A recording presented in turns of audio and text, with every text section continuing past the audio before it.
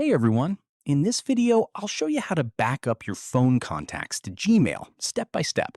This is the easiest way to save Android contacts to your Google account and avoid losing important phone numbers. First, open the Contacts app on your phone. Now tap the three-line menu in the top corner and select Manage Contacts. Next, tap on Import or Export Contacts and then choose Export. You'll now need to select where you want to save the contacts file. After that, tap Export again.